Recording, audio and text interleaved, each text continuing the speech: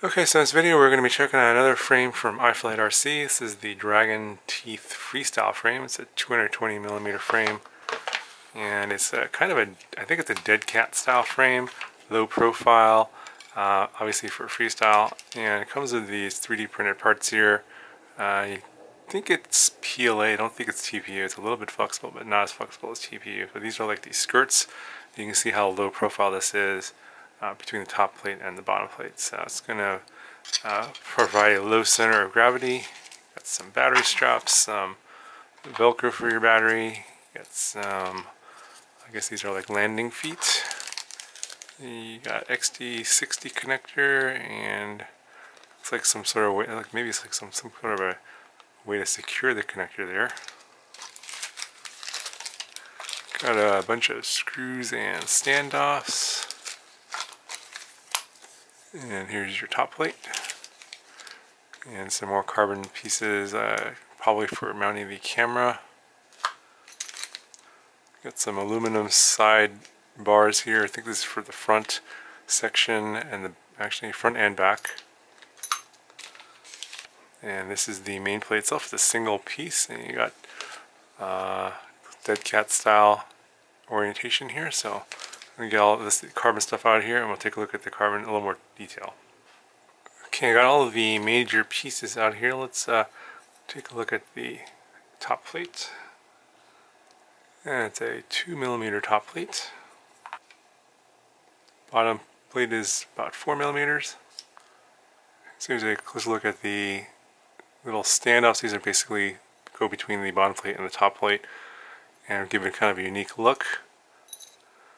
You got your side plates for your camera mounting, and I'm not exactly sure what this is for, or this one either. Probably for maybe the antenna, the video transmitter antenna, but it looks like the XT60 comes out of the back of the top here. You can see there's a cutout there for that, and some screw holes for that, probably that extra piece for mounting the XT60 so that stays in place there. And it's an interesting design on the bottom plate. Again, we have looks like countersunk screws here, so that the bottom will be flat. I'm not sure if this is going to be for a bottom battery mounting or a top battery mounting. I think it's going to be for a top battery mounting because you got some slots here for the battery straps. So I'm not exactly sure if countersunk screws on the bottom are really all that necessary. But again, just like in the previous frame, the trans frame, the carbon is very nice in this.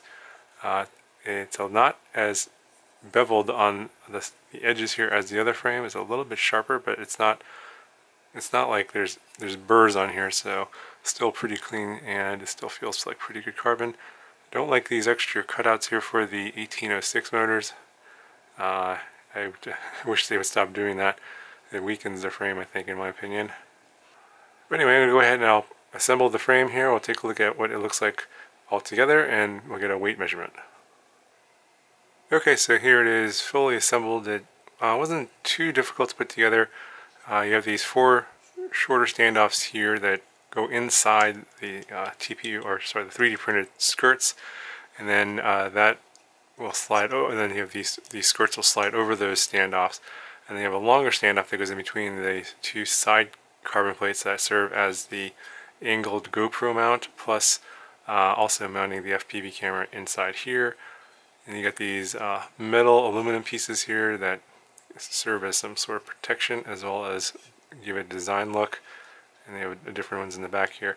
And then you have these 2 holes in the back here for this piece that you can secure your video transmitter antenna to if you want an angled antenna instead of saying zip tie it over here.